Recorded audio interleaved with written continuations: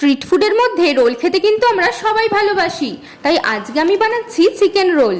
Chicken roll বানানোর জন্য আমি একটা বাটিতে বোনলেস চিকেন নিয়ে তার মধ্যে নুন, হলুদ গুঁড়ো, লঙ্কা গুঁড়ো, গরম মশলা গুঁড়ো, আদা রসুন বাটা, টমেটো কেচাপ আর একটা গোটা লেবুর রস দিয়ে ভালো করে ম্যারিনেট করে রেখে দিয়েছি আধ ঘন্টার জন্য। আধ ঘন্টা পর একটা কড়াতে অল্প একটু সাদা তেল গরম করে ম্যারিনেট করে রাখা মাংসটা দিয়ে ভালো করে কষিয়ে এরকম শুকনো শুকনো করে রান্না করে নিয়েছি। এরপর এর মধ্যে দিয়ে দেবো পেঁয়াজ কুচি আর ক্যাপসিকাম কুচি, তারপর মিডিয়াম ফ্লেমে 30 সেকেন্ডের মতো ভেজে নিয়ে নামিয়ে দেবো। এদিকে আমি পরোটাগুলো তৈরি করে রেখেছিলাম। আমি দুরকম রোল বানাচ্ছি।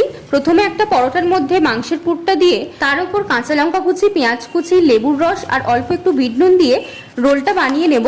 দোকানের মতো করে কাগজ দিয়ে রোলটাকে মুড়ে নিচ্ছি। এবার আরেকটা পরোটার মধ্যে একই স্টাফিং দিয়ে টমেটো সস আর চিলি সস দিয়ে রোলটা বানিয়ে নেব। বাড়িতে বানানো এই চিকেন রোলটা খেতে তো দারুণ হয়েছিল, তোমরা অবশ্যই একবার ট্রাই করো।